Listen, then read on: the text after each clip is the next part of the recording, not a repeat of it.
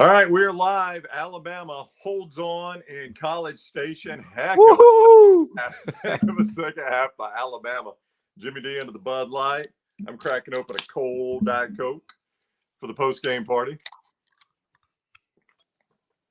You can join us. Drop your comments. We'll get to them. Well, I tell you what, I've seen some wild Alabama football games. That one is right up there, man. I don't even know where to start with. Well, let's start with the ending. What the hell? I don't know. You learn in Madden or college football, EA Sports, you do the math in your head real quick. Kneel down, kneel down, kneel down. Yeah, they don't have timeouts, by the way. They had to use their timeouts to get you to this position. I like being aggressive. Let's throw the football, but come on. What that crap? Okay, but you get out of there. So put that mental mistake behind. Then you go 14 penalties, and you survive that. Chippy little crackback block hitting from the side. Terrible call. I know it's 15 yards behind the plate. Yeah. There's no reason Dallas Turner should do it. No. But that is not a blindside block. I mean, first of all, he barely blocks him. Second of all, Dunaway's in front of him. It's not a blindside block. That's right. It's a bang bang call at best. But it's dumb to even be touching anybody at that point. Right. Dumb I agree completely. Completely. Yeah. There was no reason for it. None. Pre-snap penalties. I mean, that's going to happen on the road. Some, not that much. I mean, falling for the same junior varsity move that a defensive lineman makes that gets you to jump. You see that in 8th grade football. And hook, line, and sinker 5-6 times. They bought that. Before we get into it, can we go hats off Will Reichard, who hadn't kicked a competitive punt in forever, and he may be the best punter on the team.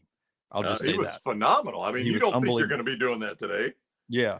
Right. I mean, obviously they practice it, but he goes out there and he punts it, and he booms it far enough and with enough hang time that Anaya Smith is having to fair catch it every time. That's right. Huge. That's huge. No doubt. Huge. No doubt. And then, people pile on Jalen Milroe. I've done it myself. That was his game. My goodness. And people pile on Jermaine Burton for his attitude sometimes. Yeah. The kid was a baller today, though. Sometimes you got to have that, that little I'm gonna go brass knuckle with you attitude to beat somebody. Give me a little less. I'm gonna be old man here, but give me a little less. But they were talking smack too. The penalty he got a flag on, that was 5 feet in front of the Alabama bench, and the Aggie guy is talking to him. So that a little both ways there. But you're right. Just snip it and don't say anything.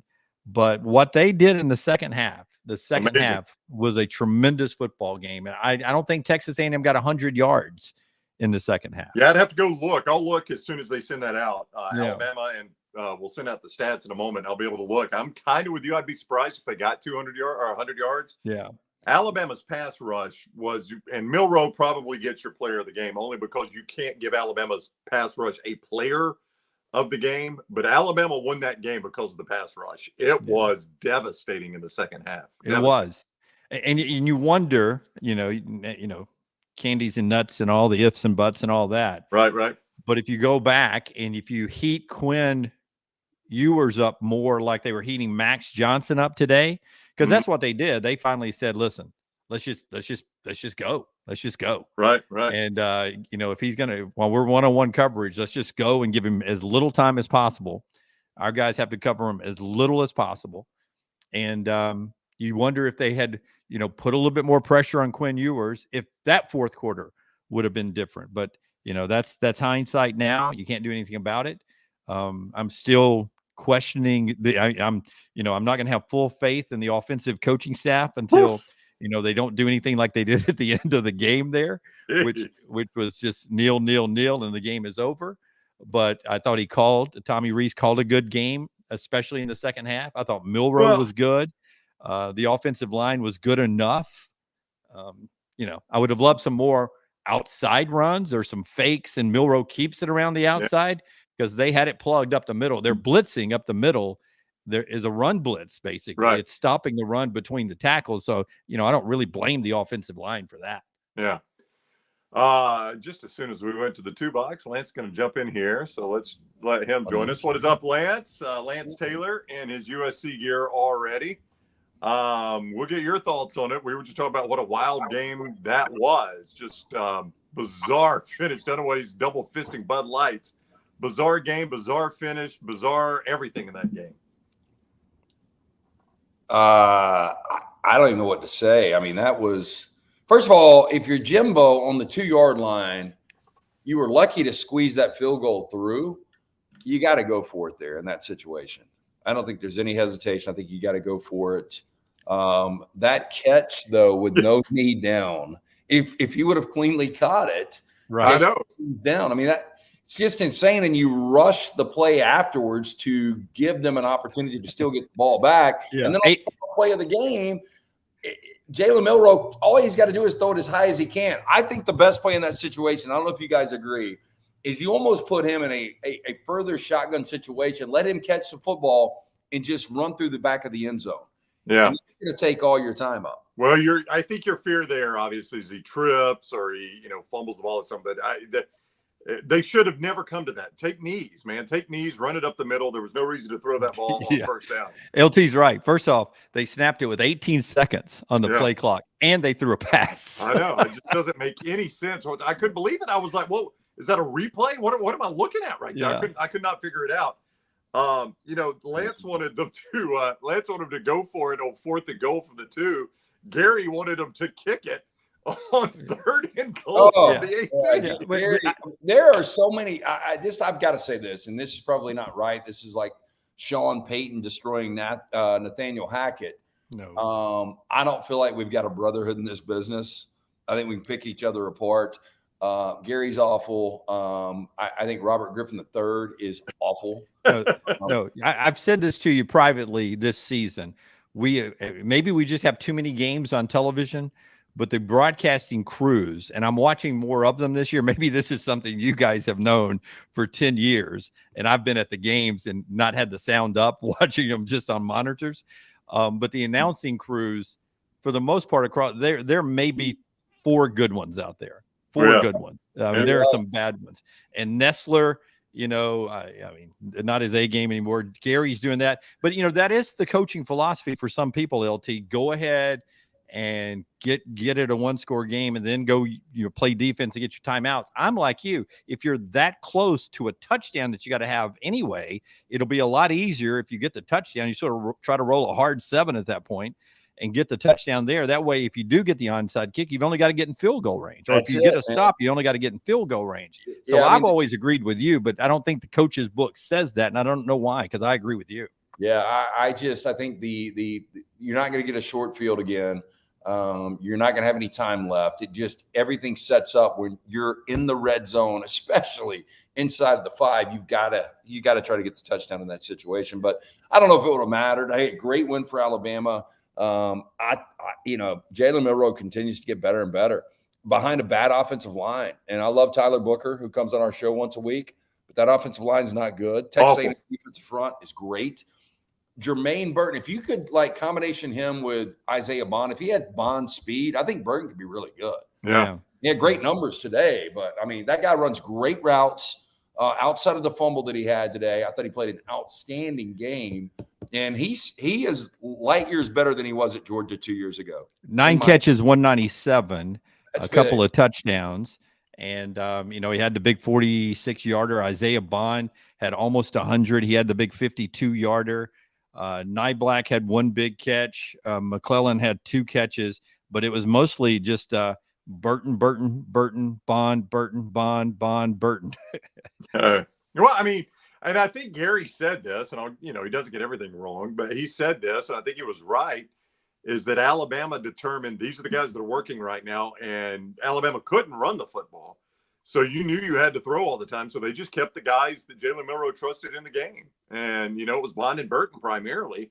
And I mean, that's the smart play by Tommy Rees there is to – if that's who Milroe trusts, you're not going to run the football. They couldn't run it to save their life. So you may as well just have the guys in there you trust, right? There's obviously difficult games up on the schedule, and I know we'll get to this in a minute, but getting out of that place with a win is so massive for this Alabama team. I don't know what you're going to do about the offensive line.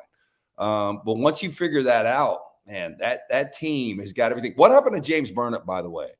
I think pulled a hamstring. Yeah, I Okay. think he got hurt trying to make a tackle. Yeah, I mean, Riker did a coming in. I mean, Great job. Yeah, great job. We talked about it right before you got on.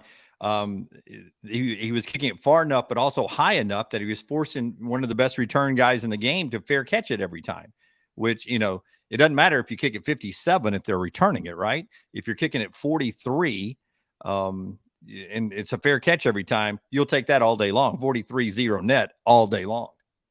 Yeah, I don't think there's any doubt about that. I will say this, as much as we talked last year about Will Anderson maybe not living up to the preseason hype, Dallas Turner absolutely is. That guy is a beast today. Now, I don't know what happened to him in that Texas game. Yeah. But man, he is freaking balling out. Yep. Leading the SEC in sacks for the last 3 weeks. Had another one today. I don't think we called his name in the Texas game, but I mean, he's all over the field now, and he has been fantastic. Yeah. By the way, four punts, averaging 41 yards a kick for Reichert, who hadn't kicked in forever as the punter. And he goes out there and he does it, and the returns were basically 0. So yeah, that's massive. Yeah, they work crazy. We will see what Nick Saban says, as Tesla Talk says a Malachi Moore loss would be devastating. This is a really good defense the way they're playing, but Malachi Moore had been maybe the best player on that defense. That did not look good, and they had to cart him to the locker room. So anytime you're on a cart going to the locker room, it ain't good. Well, I'm going to try to do this on the fly, but outside of the second quarter against A&M and the fourth quarter against Texas, that's 35 points they gave up in those 2 quarters. Outside of that, in the 22 other quarters, they've given up 56 points. Yeah. And I mean, the defense played incredible in the second half. They just did. I mean, they're good. I mean, that's an elite defense. Yeah. Yep. On the flip side, is huge. Yeah. On the flip side, UAB is scoring 100 on that USF they're defense. Hey, 2 unit on UAB today, +3. That's right. 2-unit play. You've had a pretty good day, haven't you, Lance? What are so let me go through it real quick. So we had 13 plays up. LSU, one of the unbelievable. What a cover you got for LSU. Well, it's weird. I was trying to thread the needle, and I played one big teaser this morning, and I've only got one leg left, and it's Georgia, who's up 7-0. Well, they scored quickly, by the way. Scored quickly. But I had a couple of buddies over here, and I was like, you know what? I need LSU to get stopped here, punt it, pin them inside the 10, and then have an opportunity to have some kind of crazy defensive touchdown. Exactly what happened. So we got that home. I only put a 1 unit on it because it was an 11 o'clock game, and you guys know I'm afraid of those. Although this year so far has been pretty good at 11. So 1-0 there. Had Syracuse as a 2 unit. So I'm down 1. A&M. UCLA. Don't forget UCLA. That was a 5-unit play. Yeah, I'm coming up on that. Okay, I'm my bad. 2, UAB +2, so we're even. UCLA +5. I can't get Peacock because this Uzi shit is killing me. I think Purdue lost. They were down 20-7. Well, college football lost because Purdue was playing Iowa, but I'll check for you here. Yeah. But that's where we stand right now. We've got Georgia going. We got Louisville about to go. I don't want to give the rest away, but we've 20 to 14. What were you giving up in that one? Is it final? Yeah, it's final. Nah, I was catching 1.5, so we lost that. But yeah, we're up right now. We're having a good day. Yeah, I mean, it came down to UCLA, and you guys probably didn't get to see it. And the Uzi kept buffering, and it went off. And the functionality, by the way, LG TVs, I love them. The remotes are awful. I mean, completely awful. I don't know if you've ever tried to do that on a smart TV with an LG remote. People out there listening and watching know exactly what I'm talking about. But Uzi is just awful. It just retrains and retrains. But watching that game, Dante Moore made one of the worst decisions I've ever made or ever seen, and threw that pick 6 right before the half where it should have been 20-3, and instead it flipped around and they were up at half. Bad calls. It looked like the officiating was all over Washington State, and we still got out of there a winner. It should have been a blowout. I mean, UCLA, I'm not going to say they were the better team, but they were in better positions. Yeah. Well, a lot going tonight. You can still get them lanceslock.com and play them, as we always mention, mybookie.ag code next round, mybookie.ag code next round to get that sign-on bonus Dunaway of 110%. That's what I was going to say. Yeah, you make your deposit, Dunaway, and they give you free money, 110%. That is free money. That's right. So $100, and they would give you 110, right? Good math. Montevallo, baby. Yeah. Montevallo. I tried to do it with 50 last week. Yeah. Didn't work. The crazy thing about Alabama's defense, Alabama is playing some of the best defense they played in the Saban era, honestly. I mean, when you consider what college football has become, and what's wild is how much pressure today they were able to get on the quarterback having to blitz. I mean, it was 3- and 4-man fronts that were able to get home on Max Johnson. That poor guy took a beating today. He did take a beating, and I was he holds the ball, waiting for receivers to get open, and that's it. When you've got DBs that can cover those guys for 2 seconds, 3 seconds, now the clock's ticking on him. If you got any kind of pass rush, they did a good job when they were rushing him, making that perfect U that you want, to not have any gaps for him to escape, because he can beat you running the football. He didn't do that a lot today either. And it wasn't just one guy getting to him. It was 2 guys and 3 guys. And listen, we talk penalties all the time. The touching of the helmet by a defender who's trying to block the ball, if it's not with some force, we've got to get that out of college football. Just touching of the helmet should not be a 15-yard penalty. If we're trying to hit the ball, even if you come down with some force at that point, okay, I'm going to give you that one. But if you're just touching the helmet as you were trying to block and you're being pushed around, I don't think that should be a flag. And there were some questionable calls both ways in that one. But to make 14 penalties on the road, it was setting up to be just like the Tennessee, just like the LSU losses last year. And they were able to play darn near, other than the penalties, perfect second half. Hey, when you start to look at the schedule too, I don't know what could go wrong where you lose to Arkansas. It'd be a bad loss. Probably be a sleepy crowd though, 11 o'clock Brian Denny, but I just don't see how that happens. I don't see Tennessee beating them right now. LSU's got the offense. For a minute, I felt so bad for Jaden Daniels, and LSU had so many opportunities in that game, but Missouri seemed like they wanted it more. Watching the first half, Missouri was flying around. They were playing with passion, and LSU was just kind of going through the motions. Maybe this catapults LSU in the right direction. Jaden Daniels is an absolute stud. Yeah. So that's going to be a dangerous game. I don't. I mean, we can talk about all these other games in a second, but I don't understand when you look at the schedule and you don't think Tennessee will, or maybe LSU if they get right. This team, by their design, is not going to blow anybody out. Every game, including Arkansas next week, LSU, Tennessee, Auburn at Jordan-Hare, Kentucky and Lexington, every one of these games is going to be bring your ball sack, and it's going to be a rough afternoon in the old work mines. It's going to be a tough game. There's not an easy game other than Chattanooga. There's not an easy game on this schedule for this football team. If this offensive line, though, Dunaway, was as good as they said they were coming into the season, if they were as physical and we're going to show the world how dominant we're going to be and people are going to fear Alabama again, if they were that with how Jalen Milroe is starting to progress, this could be a dominant football team. In some of those games, I think Alabama rolls by double digits, but you just can't trust the offensive line right now. You can't. And that's I'm surprised Milroe. If that would have been one of the 3 of us, you're cremating us because we don't get up from that blindside hit. Yeah, exactly. And I wondered if he did for a second.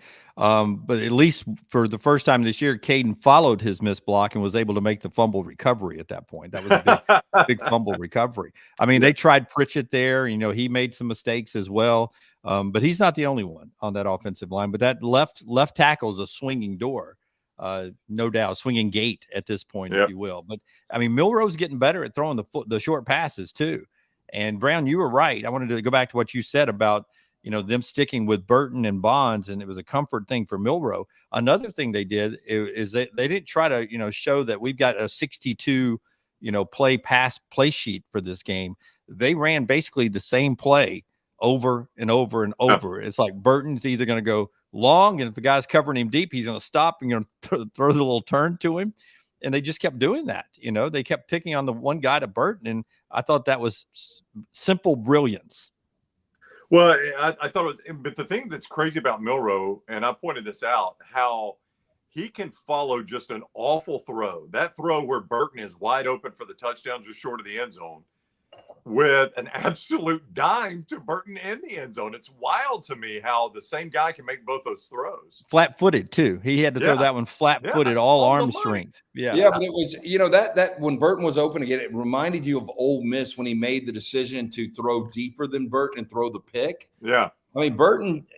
I'm starting to think Burton, and I feel bad about this because I was like, this dude is so overrated. When Alabama got him, obviously Georgia didn't want him, but he runs great routes. And he is really developing as a player. And I didn't know if Alabama had any receivers. And Isaiah Bond's got the great speed. You know, if Jalen Hell, one of these other guys, can come along, this Bama team getting out of there with a win, again, was so huge. And I think this team's got an opportunity with so much balance in college football. I don't know what you guys thought when Maryland, and I was waiting for Talua to turn it over, but when Maryland got up 7 in the third quarter, I was like, damn, I know this game. Yeah, that was there was no tricky stuff, no fluky stuff. Maryland just beat them in the first half. Yeah. But in the second half, Ohio State flexed their muscle. When they got even at halftime in that one, LT, I even I'm trying to get us going on Reddit. I posted on Reddit in the Ohio State game thread that I think that was Maryland's best shot. I feel good about the Buckeyes. Feel good about our Buckeyes is what I said. And coming up in the second half, got about 100 thumbs ups on that one. By the way, Jim, 100 thumbs. Now, I don't want to jump all over the place, but I love our guy Chip Brown and his co-host today in Austin, and I do a show with them or a hit with them every Thursday. So I felt bad openly saying this last week, but I was so sick of the Texas hype. I can't tell you guys how hard I was pulling for Oklahoma today. Oh, God, I'm so glad Texas. Matt McConaughey, you won't see him again on the sideline. Guaranteed. It was an entertaining game. Good news for Alabama. Nick Saban at the podium right now just said Malachi Moore has a quote-unquote twisted ankle. That could be a lot worse, and it looked a lot worse when he was going off there. James Burnip has a pulled muscle in his leg. Again, to Dunaway's point, I didn't think you worry about that the way Reichard punted. Now he's going to have a week to get ready for it. I mean, just coming off the bench cold, he was fantastic. You just don't remember when Reichard had that injury that he got on a kickoff. Yep. You just don't want to, injure Reichard because he is such a weapon. Let's go back to Jimbo in the first half. They got that drive and they go for it on 4th and short instead of taking the 3 right there. I mean, in games like this, and listen, this isn't old Alabama. With this Alabama offense, I thought Jimbo right out of the gate on that first opening drive, they drive it down and then it becomes 4th and short and they go for it instead of taking. I would have gone there again. I think it's different on this kind of stuff. No, I would have gone late in the game when they kicked the field goal. I would have gone there too. No, early on, I would have taken that point right out of the gate. But 3-0, guys. Look, we didn't do anything there, and it's 3-0. They're playing from behind already. Yeah. And I thought too, right before the half, he had chances maybe to use some timeouts and he just kind of let the clock burn down before the half. I don't know.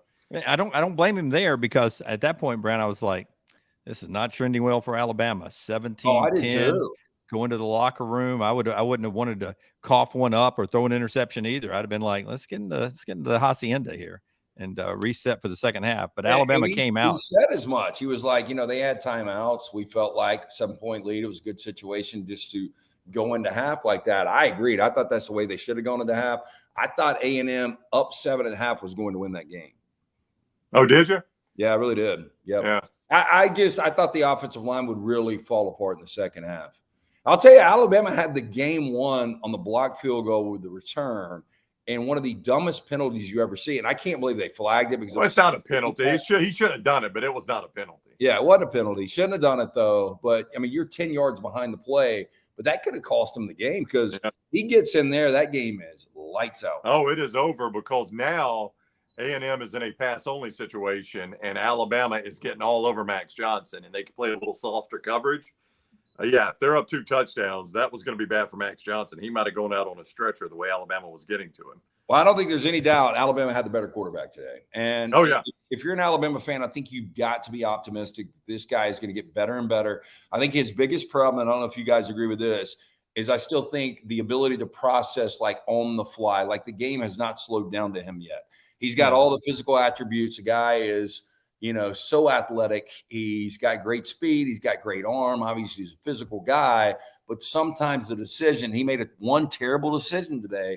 But when the game really gets sped up, he kind of gets stuck in a moment. And once he gets past that, he's going to be a good quarterback.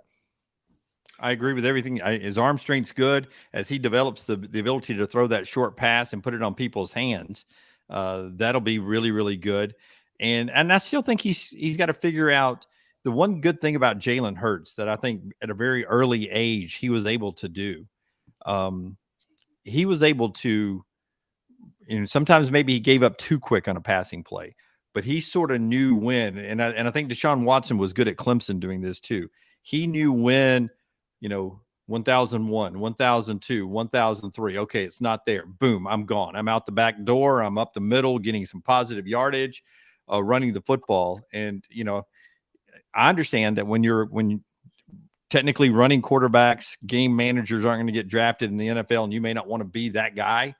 But Jalen Hurts is and Lamar Jackson and, Steve Young used to do it, man. When you can run like Jalen can run, man, I'd have a clock going in my head, and let's get something positive out of this. If it's not developing fast enough, and, he hangs in there. He hangs in there. 3425 says A&M fans are calling for Jimbo's job on Twitter. Scott asked, what's A&M's record the rest of the way? They're at Tennessee next week. That is a tough spot for them. They're a better team than Tennessee. I said this, though. Like, that game was so hyped up for those fans, and they're like, this is our moment. If we can win this game, we control everything in the West. We've beaten Nick Saban 2 out of the last 3 years. And for the way the game played out, I mean, they had every opportunity. And I had a feeling, I said it last week on the show, that this is going to be the moment where people really start to calculate that buyout. And I guarantee you that private investigator is digging on Jimbo right now. There's no doubt. Well, they've got road games Dunaway left at Tennessee, at Ole Miss, and at LSU, all losable games for them, obviously. Their home games remaining South Carolina, Mississippi State, and Abilene Christian. So they shouldn't lose another home game, but they got some tough road trips coming up. I'd say 3-3 down the stretch. That's a terrible finish for him then. That's another 8-4. Oh, yeah, he's done. Or 7-5. If it's 3-3, 7-5. Yeah, you can't waste a defense like that. That defense is so good. And, and I think it was Dunaway that asked, was it last week or the week before, does he get a pass now? What a catch. It was a catch. Almost incredible. But you asked him, does he get a pass now that he's got a backup quarterback? And the answer is no. I mean, you've got way too much talent. You can't be wasting this. And it looks like they're going to waste it. I mean, they're out of it now with 2 losses. Yep. All right. I can't see another game we haven't really touched on. Anything else you guys want to get to before we shut her down before Monday? Well, real quickly, Oklahoma, are they a playoff contender, or you think they'll stumble down the stretch? No. You look at the rest of their schedule, buddy. They are absolutely a playoff contender. Likely have to play Texas. They're probably going to have to beat Texas again. Yes. Yeah, and I don't think they're going to be scared. Dylan Gabriel, and I love this. He's like, first of all, he looks like a cross. If Eric Estrada, old Poncho, and our buddy Chris Vernon had a baby, it's Dylan Gabriel. And he's like a step slow, but the game is slowed down for Dylan Gabriel. Yeah. Look, he made a couple of bad decisions today, but he's gutty. He's been around forever. He's got so much experience. And I give Brent Venables a ton of credit for a couple of reasons. 6-7 last year. For him to be able to take all of the criticism, to know the pressure he was under going into year 2, and to be able to have his team, the way they play kind of like Missouri. You might not like Eli Drinkowitz, but I love the way Missouri plays, man. They've got a lot of passion. They love the game. They play together well. And that's what I saw from Oklahoma. So I think when you start to look at Oklahoma moving forward in the Big 12, everything's in front of them now. So I'm not surprised. I mean, I was surprised what I saw play out today because I thought Texas probably had better athletes. But Oklahoma, Venables has turned this thing around, and good for him. They Dunaway, they play UCF next week in Norman, and it has been a disastrous last 6 quarters for Gus Malzahn. Bad day today in Lawrence, man. Yeah, they got scalded by Kansas. That was on the heels of them blowing a 35-7 lead. Good bounce back for Kansas there after losing at Texas last week to get back into it. So that was good. Yeah. That's Oklahoma's next 2, UCF and Kansas. So one of my favorite things on Monday is when I get trapped between Brown doing his Jacob Zeno interview and me on my computer. Right. Just listening to the conversation. You're going to have a good conversation with that kid. Played a hell of a game today. He's tearing it up. They are scorching USF. I know you gave this game out, Lance. So I'm not really surprised they're winning, but the way they are winning, they are up 56-21 right now. And to your point, Zeno is 19 of 25, 353, and 4 touchdowns. He's a top 10, statistically a top 10 passer in the nation. But here's the good news for UAB. They got 211 rush yards. They had been struggling to run the football. They found a little bit in the run game today. Well, go ahead, Dunaway. No, I was not it was not game related. It was fans related. So you go ahead first. No, I was just going to say this. If you guys watch the beginning of the game, our boy Trent Dilfer, and I don't think you guys would disagree. He's got more confidence, or as much confidence as anybody I've ever. Oh yeah. He ain't short of confidence. Yeah. Yeah. So they kick the onside kick, and it gets reviewed, and they end up getting to keep possession of the ball. And I was like, here we go. And so then they go 3 and out, and first play from scrimmage, a quarterback draw, they take it to the house, and it's 7-0 South Florida. And I was like, holy shit, UAB is about to get scalded. And then from there, I give them credit, man. They came in really, really prepared. And this isn't a bad South Florida team. I think Alex Golish is a guy that can coach.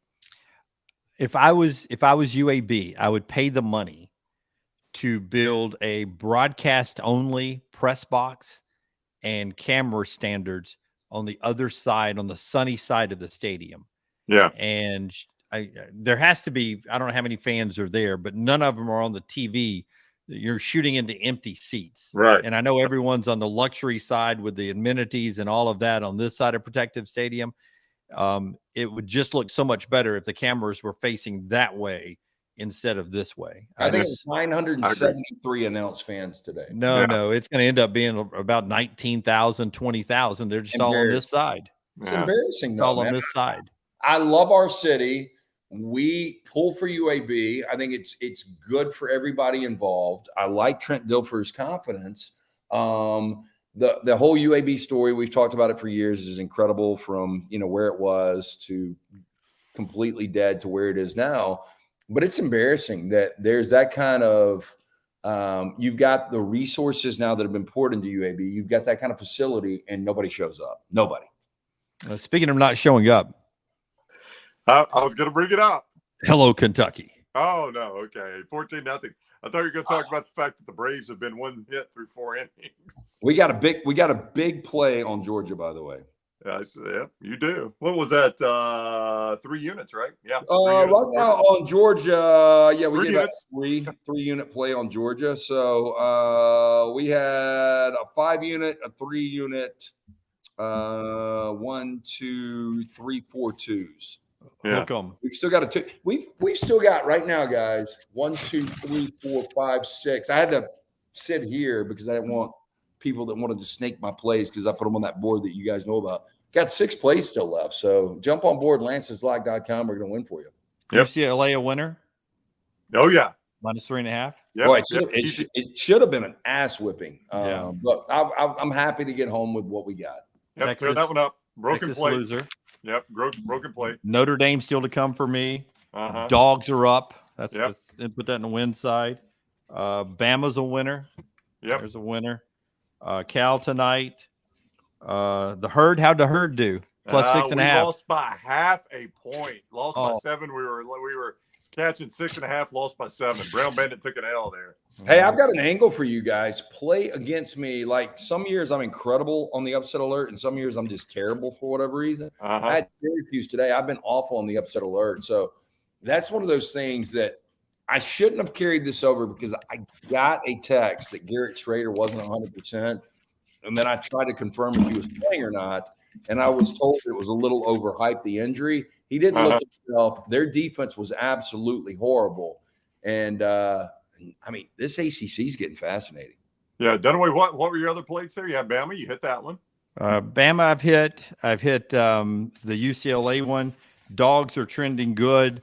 Got Notre Dame tonight. I've got Cal tonight. Iowa State, is that tonight? That's tonight. Yep. I've got Iowa State tonight. Yeah, Iowa State TCU 7 o'clock on FS2. So tell me we don't have any more of this Peacock bullshit tonight, though. Not tonight. Nope. Oh, God. Peacock. Well, I'll tell you that Uzi, again, if anybody tries to sell you Uzi, tell them to go straight to hell. I think people told you this was going to be an issue. So Peacock had Rutgers, Wisconsin, and Iowa, Purdue. Yeah. And that you're complaining you couldn't watch those two games. Well, I had a nice 2-unit play. I know. I felt really good about Purdue, and I think if I would have watched it, the outcome could have been different. There's one person in America complaining he couldn't watch Rutgers, Wisconsin, an hour Purdue. It's that guy over there on the side box there. All right. I haven't done any of the split screens today either. Well, you're probably not going to want too late unless you got some baseball in it. UAB winning big. Alabama wins. Auburn had the bye. MyBookie.ag code next round. MyBookie.ag code next round. Hey. Get that 110% sign-on bonus. Rams tomorrow. How many NFL plays you going to have tomorrow, you know? I've already sent them out 5. And I've got 1 3 and 1 2 units. So we got a big day coming up tomorrow. Again, 6 more plays tonight. Jump on board lanceslike.com. Cooper Kupp is playing. He's going to play, right? He's playing. Mm-hmm. Yeah. I am super excited about this. Well, you better tell Douglas in our chat room. You told him he wasn't playing yesterday. He wasn't supposed to. This is why this has become a big deal. Like, they gave him the green light yesterday. He tweeted out this morning, and Rams Nation is going nuts.